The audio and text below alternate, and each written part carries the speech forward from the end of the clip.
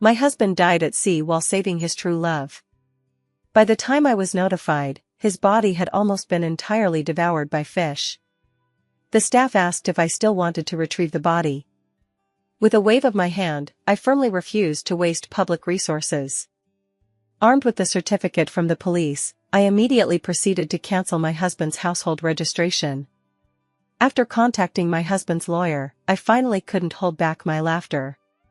Late at night, I opened a bottle of champagne. What was originally only half the assets I could claim had now become 2/3. I had to celebrate. My husband Nathan was dead.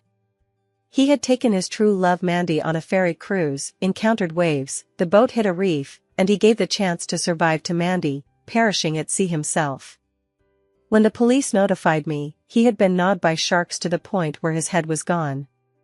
The headless body floated on the water. Originally, a few fishermen wanted to retrieve it, but then another shark came, snatched it, and swam away. So they only salvaged Nathan's wallet and phone.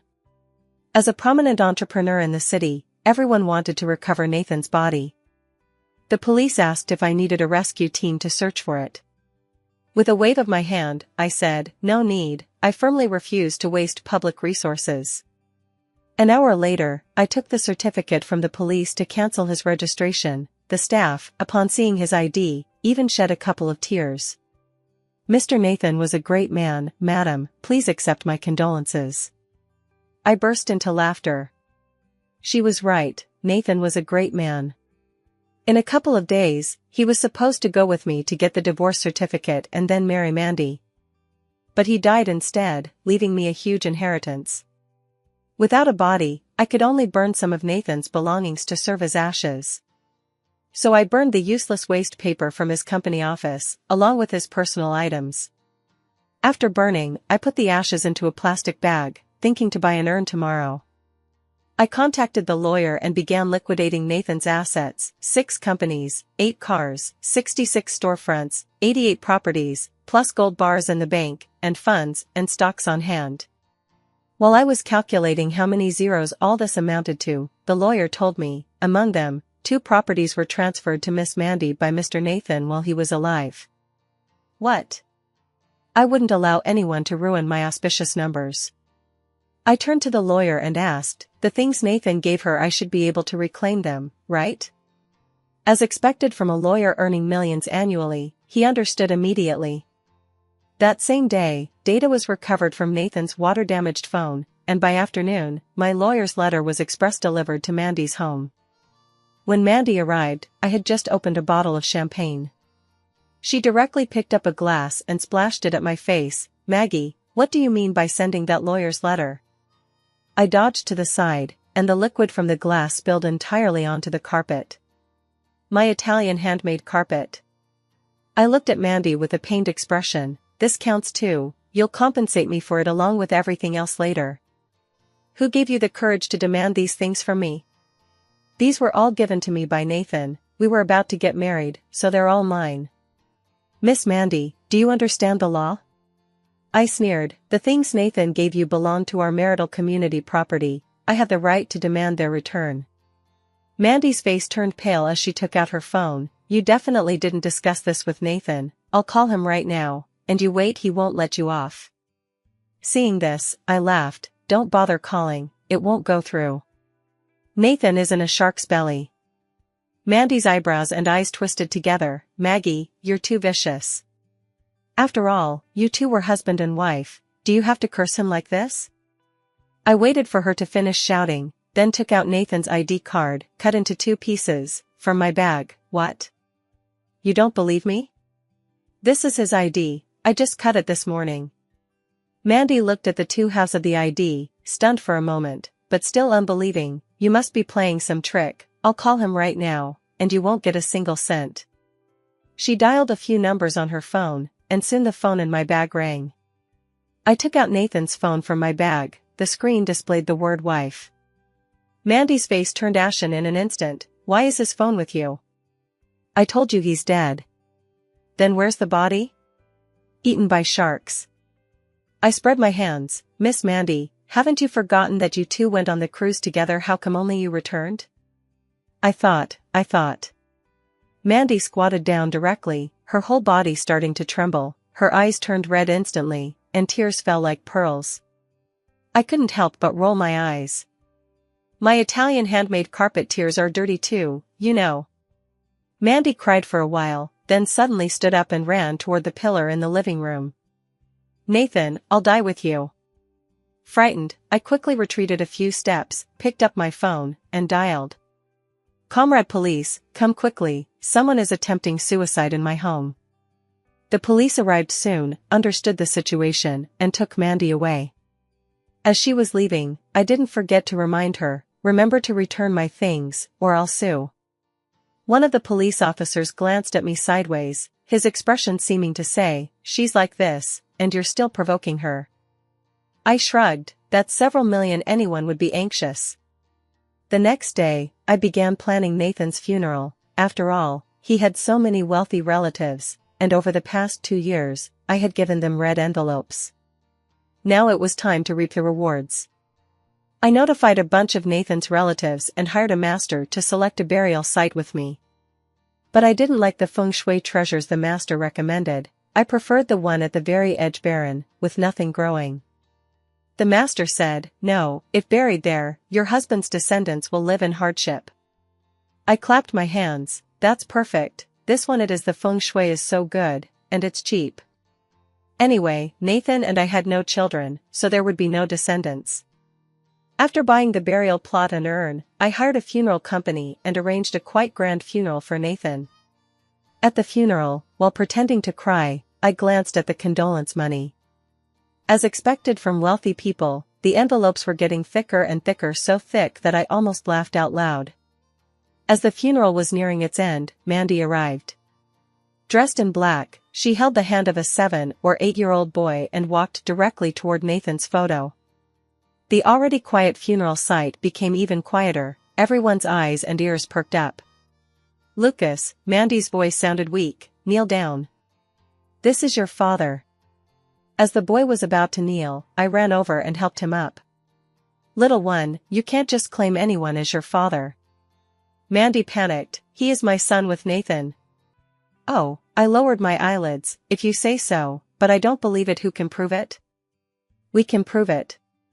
2 more people appeared at the door, my long unseen mother-in-law and father-in-law. Maggie, you bitch. As soon as my mother-in-law saw me, she lunged forward, my son died, and you notified everyone except us. What are your intentions? How could I let her hit me? I stepped back, waved my hand, and immediately someone came to stop her. I said from the side, Mom, wasn't it you who told me not to contact you unless I died? It seemed my mother-in-law had forgotten. That year, she drove me out of the house and said that to me. You poisonous woman, my son must have been killed by you. Doing such despicable things for money, you won't die a good death. My mother-in-law kept charging toward me, probably wanting to scratch my face. Fortunately, the bodyguards I hired were capable, holding her tightly without leaving any gap. Mom, you must know how Nathan died. He was with Mandy. Lucas, come call Grandpa and Grandma. Mandy interrupted me directly, pulling the child over. My mother-in-law immediately bent down to touch the child's face. This is our Xiong family's grandson, he looks exactly like Nathan when he was young. Saying that, she looked at Mandy. Mandy, you've suffered so much these years, raising the child alone. Watching this family recognition scene, I felt a bit nauseous. I kindly reminded, Mom, you believe everything she says? We don't even know whose child this is. Upon hearing this, Mandy got angry. Maggie, are you saying this child isn't Nathan's? I tell you, this child is mine and Nathan's. When we broke up, I was already pregnant, and these years I've been living with the child. My mother-in-law chimed in, this child is obviously our Xiong family's seed. You wicked woman, can't have children yourself and jealous of others who do. Seeing my mother-in-law fully on her side, Mandy became bolder. She began sobbing about how hard it had been raising the child these years, how much discrimination a single mother faces. Oh, is that so? I mercilessly exposed her. How come I heard you married someone abroad and were dumped for cheating? You're talking nonsense. Mandy's eyes filled with tears, she turned to my mother-in-law. I can endure it myself, but the child without a father is truly pitiful. My mother-in-law was moved and cursed at me. Maggie, you hen that can't lay eggs, you've never been a mother, so you wouldn't understand. I understand, Mandy. I said faintly, Mom, even if this child is really Nathan's, there needs to be evidence, otherwise, anyone could bring a child and claim it's your grandson. Would you recognize them all? I have evidence. Mandy straightened her back. Initially, Nathan didn't believe Lucas was his child, so he did a paternity test. Now that report is still in his office drawer. Mom, go look and you'll know. Oh. It hadn't even started, and she had already changed her address. Not just me, everyone present had expressions that were quite intriguing. This funeral was truly lively, everyone was engaged. Upon hearing this, my mother-in-law quickly sent someone to Nathan's office to fetch the paternity report. I blocked again. Mom, let's wait until the funeral is over to discuss this. With so many people here, making a scene wouldn't look good. My mother-in-law snorted coldly. What? Maggie, are you afraid that once the paternity report comes out, this child will compete with you for the inheritance? I tell you, be more generous. If I were in your position, I would definitely recognize Lucas. I couldn't persuade her at all. After Mandy specified the exact location of the paternity report, someone soon went to Nathan's company. I also took the opportunity to make a phone call. In less than half an hour, that person returned. As soon as she saw him, Mandy rushed forward. How is it? Did you get it? The person looked troubled. No. How is that possible? Mandy screamed. Did you not search properly? I searched everywhere, the people at the company said. The person answered while glancing at me. You don't need to fear her. My mother-in-law noticed the clue. What did the company people say? They said the madam had burned those things long ago. Oh, blame me. I stepped forward. I was afraid of being reminded of him by his things, so I burned all of Nathan's belongings, but I didn't see any paternity report inside. Mandy's face darkened, and she lunged at me to hit me. Maggie, you poisonous woman. You did it on purpose. You don't want my son to return to the Seong family. Her appearance was terrifying, scaring my bodyguards to quickly stand in front of me. Mandy, don't act like a mad dog, not to mention I didn't see that paternity report. Even if I did, how would you prove it's real? You didn't even retrieve Nathan's body, how can I prove it's real? Mandy shouted at the top of her lungs, Maggie, you're truly petty, you want to monopolize Nathan's inheritance. My mother-in-law originally didn't know that I had refused to retrieve Nathan's body from the sea. With her crying like this, everyone now knew. My mother-in-law's face darkened. Why didn't you retrieve my son? You couldn't even let him rest in peace. On what basis do you inherit his assets? On the basis that I'm his wife. I smiled. Mom, why are you speaking for an outsider? She is my grandson's mother, she's not an outsider. You can't even lay an egg, you're the outsider. Return all my son's money. Mom, I called to the frantic mother-in-law. Do you know why I haven't had children all these years? Isn't it because you've done too many bad things and can't conceive? Indeed can't conceive, I sneered coldly, but it's not me who can't. What do you mean? My mother-in-law was stunned. Could it be my son? Yes, it's Nathan who couldn't conceive. I clapped my hands, and immediately someone handed me a file bag. Family scandals shouldn't be aired. I originally didn't plan to say it, but since you keep forcing me, I can only apologize to Nathan. Inside are his medical reports from the past 10 years. 10 years ago, he lost his fertility. How could Mandy have a child with him? My mother-in-law opened the file bag, and the papers fell out. Mandy picked up the papers, looked them over repeatedly, her face instantly pale, shaking her head continuously. Impossible, this is fake. There are hospital stamps on these. If you don't believe it, you can verify at the hospital. I saw Mandy try to grab my mother-in-law's hand again, but she was flung away by my mother-in-law, who was frowning at the medical reports. I pretended to shed a few tears, turned to the relatives. Sorry for letting everyone watch the spectacle. The funeral ends here, everyone can leave. As everyone left, their faces were filled with the joy of having witnessed a shocking scandal, eager to share it. I no longer bothered with those three, put on my sunglasses, and left. A few days later, I received a lawyer's letter from Mandy. It stated regarding the division of Nathan's inheritance, that Mandy's child should also have a share, and Mandy had filed a lawsuit in court. A few days later, I received a notice for pretrial mediation, requiring me to arrive on time. Upon receiving it, I was furious. I directly called my lawyer to question why my lawsuit against Mandy hadn't gone to trial yet, but hers against me was mediating first. The lawyer explained for a long time, but I didn't understand much. The gist was two systems, and it was normal for hers to be processed first. I attended the pretrial mediation unhappily. Mandy said, "Lucas is Nathan's child." I said, "Nathan couldn't conceive, I have the medical report."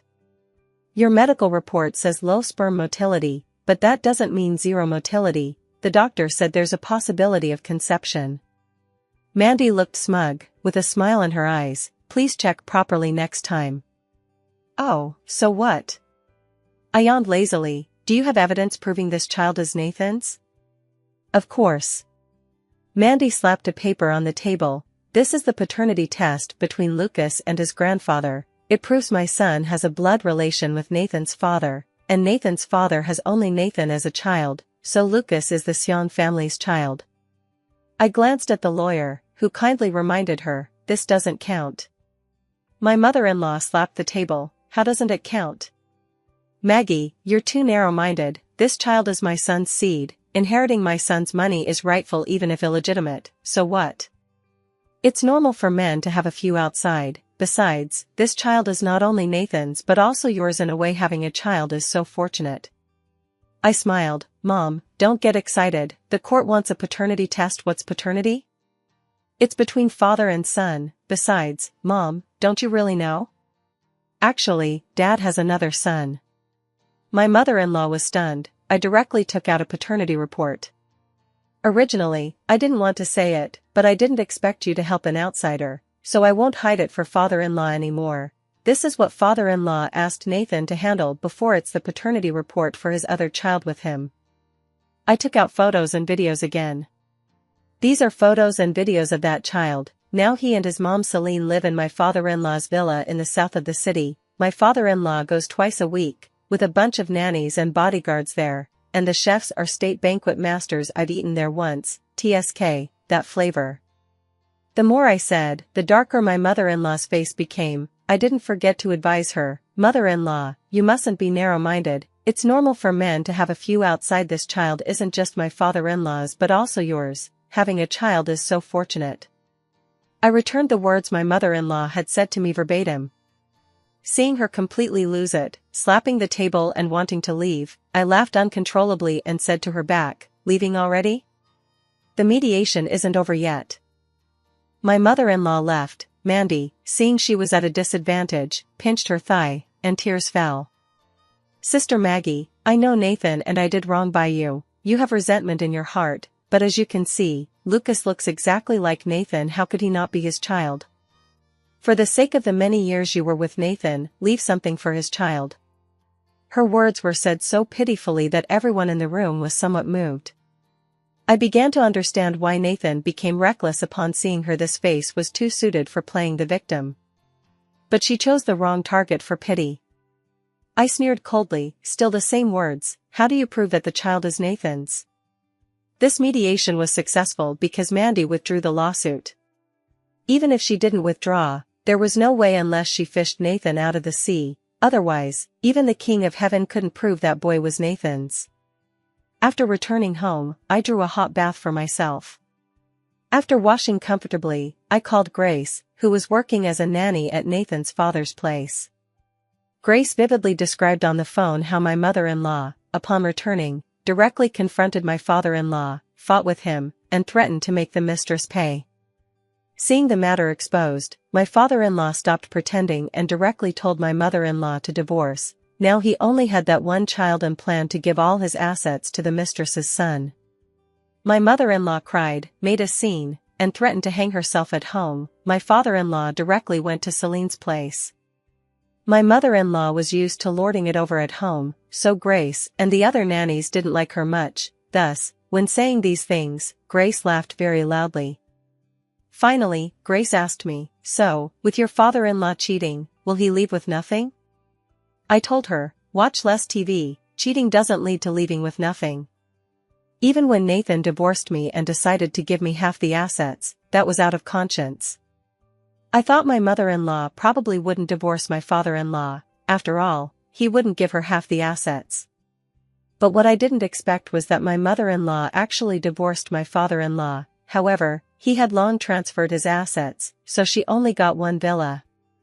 Unable to swallow her anger, my mother-in-law stormed to my father-in-law's South City villa and beat up the mistress. Unexpectedly, the mistress directly called the police. My mother-in-law spent a few days in detention and ended up compensating with that villa. Now my mother-in-law barely subsists on Nathan's inheritance, but it can't support her extravagant lifestyle as a wealthy madam, so I heard she's recently looking for projects to invest in and earn some pension money for herself. Watching the drama, my lawsuit against Mandy to return the assets finally went to trial. There was no suspense in this case. Naturally, I won. However, a month after winning, Mandy still hadn't returned my money and properties. She must lack manpower to move so many things. No choice. Being kind-hearted, I directly hired a large truck, drove over, and brought a few guys to knock on the door. Mandy held the door shut. "Maggie, this is trespassing." I found a stool to sit. "Don't pin false charges on me. The court has awarded this house to me. Entering my own home isn't trespassing. Come out quickly, or I'll smash the door." "If you dare smash the door, I'll call the police." I said, "Fine, call the police quickly, see if they make you leave or me." Naturally, Mandy didn't dare call the police. If she did, she'd definitely be the one to leave. Just as we were in a stalemate, a black-stretched Lincoln stopped behind us. I turned to look. This was my father-in-law's car. In less than a minute, my father-in-law got out of the car. Seeing my setup, he frowned and asked, "What's going on?" "Dad, she wants to drive me out." With my father-in-law's arrival, Mandy opened the door. She stood beside him, tears in her eyes. "Quickly control this mad woman." I tilted my head looking at them. What a bizarre scene. Why was Mandy so intimate with my father-in-law? My relationship with him wasn't great, but it wasn't as bad as with my mother-in-law. But after hearing Mandy's words, he actually turned to me. "What's wrong with you? Instead of staying home properly, you come every day to bully this widow and orphan. What skill is that?" I hadn't spoken yet when Mandy said, "She wants to rob my house." I said, "How is this your house? The court has ruled, you have to move out." My father-in-law grew more confused, so Mandy tearfully embellished the story. My father-in-law got angry. "This is my son's house, he can give it to whomever he wants. On what basis do you demand it back?" I used to think only my mother-in-law was unreasonable. I didn't expect my father-in-law to be even more of a rogue. Fortunately, I wasn't afraid of him at all. I rolled my eyes. "This house was bought after Nathan and I married. It's our marital property. He gave it to her without my consent, so I can reclaim it. The court awarded it to me. What's the use of you disagreeing? If not, we can litigate again." My father-in-law was intimidated by my demeanor. Mandy looked aggrieved at my father-in-law. "Dad, I have no money. If I return the money and house to her, how will Lucas and I live?" My father-in-law pondered for a moment, spread his hands to me. "How much?" "I'll pay for her." Hearing this, I was very surprised. I took out the ledger from my bag. My father-in-law looked page by page, finally with a livid face. "Maggie, have you gone mad with poverty? Even a 1 yuan bottle of mineral water is included." I also acted aggrieved. "Even a small fly is meat. This money is all my hard-earned." After reviewing the ledger, my father-in-law threw it to his secretary. "Transfer the money to her later." I quickly thanked. "Thank you, Dad." "Nathan is dead, don't call me Dad." "All right, thank you, Uncle." My father-in-law looked at Mandy and said to her, "Move to my place today, return this house to her." Mandy wanted to say something, but my father-in-law glanced at her and said very dominantly, "My place is better than here. Lucas is my biological grandson. Even if the law doesn't recognize it, I do. My will definitely includes his name." Mandy thought about it and obediently made space for me. She wasn't stupid. After all, my father-in-law's assets were several times Nathan's. Watching her happily load things onto the car, I kindly reminded, Mandy, there's no free lunch, I advise you to think carefully before moving there. Mandy's mouth curled up wildly, you're just sour grapes because you can't have them. After all, no matter how rich Nathan was, he was just a second-generation rich. How can he compare to his old man? Pity you have no child. Even if the old man has an accident, you won't get a cent of the assets. After Mandy finished packing everything, she generously invited me to inspect the house. I sat on the sofa without moving and suddenly asked her, Mandy, before you went abroad, you already knew you were pregnant, right? Nathan's family liked you so much, and you two loved each other so deeply. Why did you separate? I remember when Mandy just returned to the country, Nathan didn't sleep that whole night, tossing and turning in bed checking his phone, afraid of missing any message. This sentence must have touched Mandy's sore spot. She withdrew her smile, looking somewhat panicked on her face. What does this have to do with you? Nathan is dead, why are you inquiring about this? I smiled, nothing, just feel like you'll come back begging me. Mandy laughed loudly as if hearing a joke. It's not certain who will beg whom. Half a year later, Mandy indeed came. She knelt before me, crying hoarsely, Maggie, please save my son, only you can save him. She crawled toward me, grabbing my pant leg, Nathan's dad wants to kill him and has imprisoned him, I really have no way, please help me. I sipped my tea and asked, what's going on? It turned out my father-in-law's current child was ill and needed a kidney transplant, but my father-in-law didn't match, Mandy's child's genes did match, so that's why he took her to his villa. At first, Mandy thought she was elevated by her son, but the situation gradually spiraled out of her control. Her child always had inexplicable injuries, even walking on the road, there would be falling objects from high places until Mandy learned that my father-in-law's child needed a kidney transplant. She understood the abnormalities during this time. She originally wanted to take the child and leave, but my father-in-law noticed. He used bodyguards to stop the child and directly drove her out. Then you shouldn't beg me, you should report to the police. I sincerely suggested. I did report, it was useless. Mandy cried. When the police went, my father-in-law's attitude became very good, even allowing her to take the child, but Mandy's son had been spoiled by my father-in-law during this time, knowing that leaving grandpa wouldn't mean such a good life, and refused to leave no matter what. So I can only come to you. Mandy had tears and snot all over, please help us, after all, Lucas is Nathan's flesh and blood. Why should I help? This is your and Nathan's child, not mine and Nathan's. I adopted an indifferent attitude. Unexpectedly, Mandy said, because Nathan loved you. Mandy told me that the person Nathan always loved was actually me. His decision to divorce me and be with Mandy, doing those things to disgust me, was because he had a terminal illness. Nathan didn't have much time left, he didn't want to hold you back. Mandy recounted Nathan's love for me, but I listened without much emotional fluctuation. I knew he loved me. I also knew he was dying. After all, drinking and clubbing every day, relying on pills to maintain energy, how could he not get sick? Not taking medicine when sick, how could he not die? I fetched Nathan's annual medical reports for him, I knew his health better than he did. So what? I sneered, does that mean I should save your son? Mandy didn't expect me to be so cold-blooded, realizing belatedly, you don't love Nathan at all. Far from it, I hated him. Mandy despaired, no one but me could help her. She also went to my mother-in-law, but recently my mother-in-law had invested and lost her last bit of money. She went daily to ask my father-in-law for money. Now was the time to curry favor with him. How could she offend him? Lucas, what to do? Mom can't save you. Mandy pounded her chest in grief. I watched her go crazy for a while, then spoke again. Mandy, do you remember I asked you why you separated from Nathan back then? Mandy's tears stopped. If you tell me the truth, I can consider saving your son. Mandy bit her lip, a few minutes later, as if resolved, because that year, Nathan hit and killed someone. That day, Nathan took Mandy to the mountain to watch stars. On the way back, they encountered heavy rain, and Nathan hit and killed someone. That woman lay on the ground in a bloody mess. But Nathan was terrifyingly calm. He first sent Mandy home before handling the matter. Mandy thought Nathan would go to prison for this, so the next day she broke up with him and, with family help, went abroad.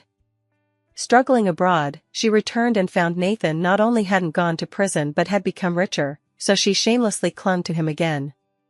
Listening to these words, my hands trembled, but my voice was terribly low. "Do you know how he handled the body later?" I asked Nathan. He said he compensated the family a large sum, and it was fine. Damn it, he's bullshitting. I directly smashed the cup in my hand on the ground, glass shards flying everywhere. Mandy looked at me in astonishment, as if suddenly understanding something. "Mandy, help me with something, and I'll get your son out for you, how about it?" Mandy, looking at my gloomy face, retreated a bit but finally nodded. 2 days later, Mandy went to the police station to report that Nathan had once hit and run. The police, upon hearing, only filed the case. After all, Nathan was dead, and even if not reported back then, they didn't know how to investigate. However, that night, a heavy rain fell, and a pile of bones washed out from the midslope of Camel Mountain. After police confirmation, these bones belonged to a rural woman named Joanna at the foot of Camel Mountain. 8 years ago, her family had reported her missing, and this pile was only part of her body. This was a major case. The city specially formed an investigation team. Later, someone went to the Public Security Bureau, saying that 8 years ago on a rainy day, they saw a car hit someone on Camel Mountain and then leave. Although the rain was heavy, they remembered the license plate. The police checked the number. The owner of that car 8 years ago was the city's outstanding entrepreneur, Nathan. 2 weeks later, Nathan's parents were arrested for aiding their son in hit and run and cruelly disposing of the victim's body. They threw parts to the mountain, river, and garbage dump. Too much time had passed, only the mountain part remained. Thus, the whole truth came to light. And 2 days later, I went to the Public Security Bureau to collect Joanna's ashes.